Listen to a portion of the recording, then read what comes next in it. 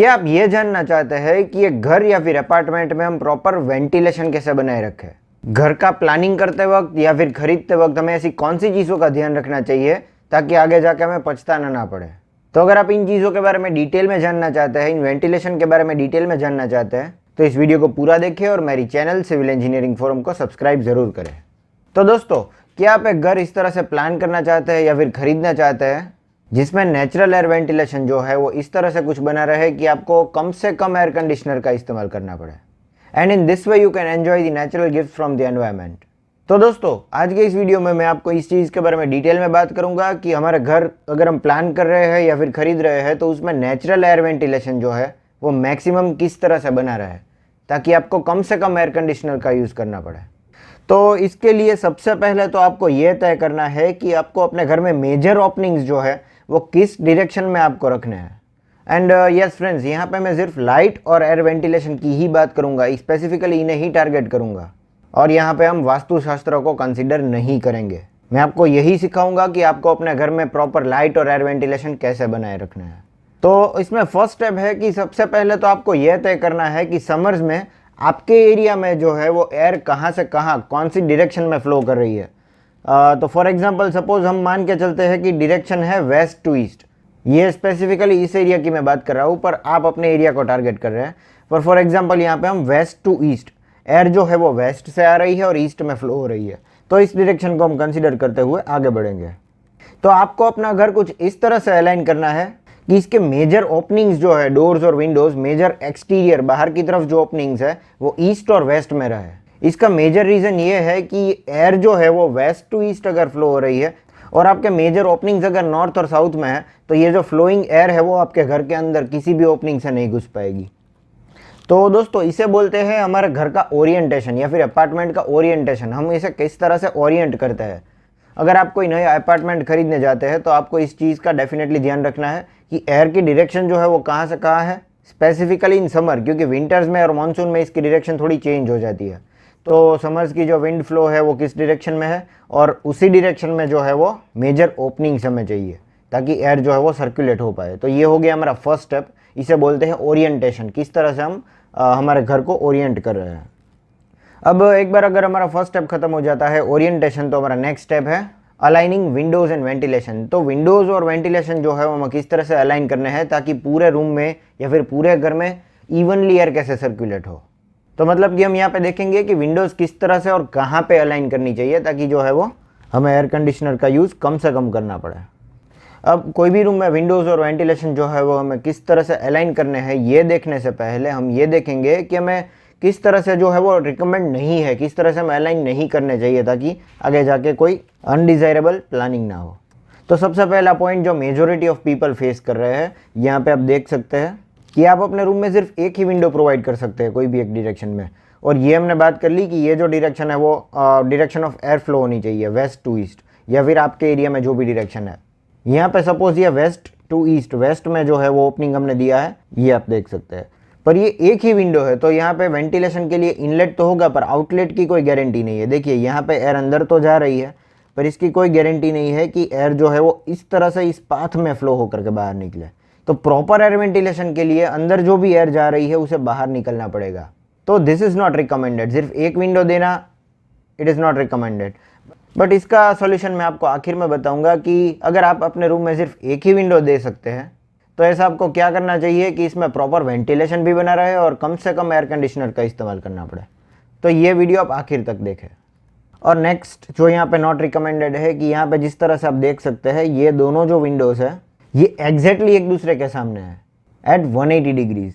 तो ये not recommended इसलिए है क्योंकि यहाँ पे आप देख सकते हैं कि एयर जो है वो डायरेक्टली बीच में से निकल जाएगी। तो विड्थ ऑफ विंडो जो है वो उतना ही जो है वो एरिया कवर कर पाएगी हमारी एयर, और बाकी एरियाज में हो सकता है कि एयर सर्कुलेट ना हो पाए और आपको फिर से एयर कंडीशनर की ज़रूरत पड़े।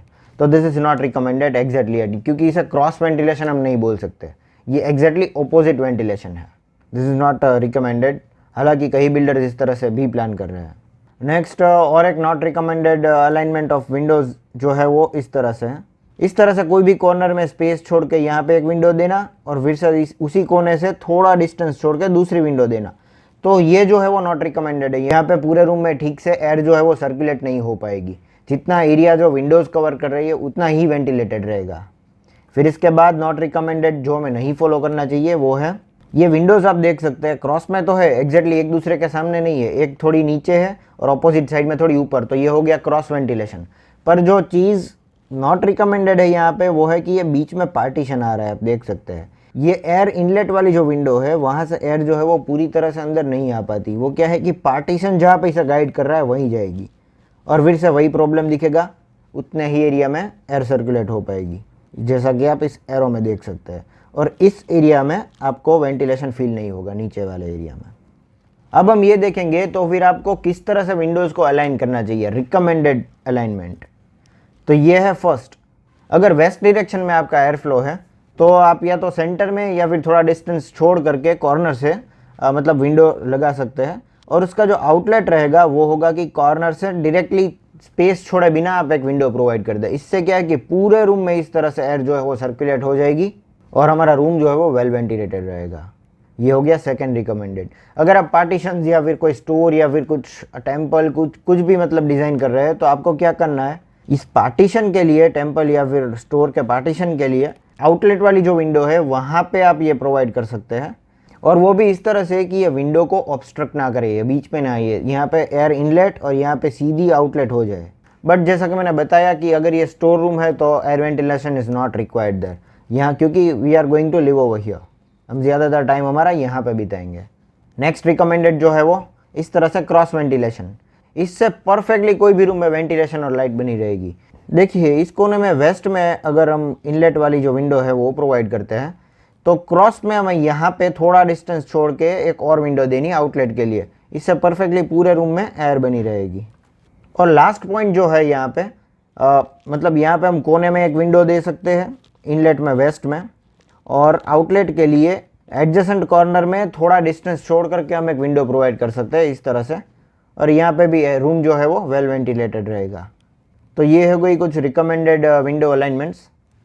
और अब हम ये चीज़ देखेंगे कि जैसा कि मैंने बताया आपको, अगर आप अपने रूम में सिर्फ एक ही विंडो प्रोवाइड कर सकते हैं तो उसका क्या सॉल्यूशन है, हम किस तरह से पूरे रूम में एयर सर्कुलेट कर पाएंगे या फिर पूरे घर में जो है वो एयर सर्कुलेट कर पाएंगे। अगर आपके घर के एडजेसेंट में जो है वो दूसरी प्रॉपर्टी आ रही है, दूसरी प्रॉपर्टी लाइन है, तो we can not make windows over there.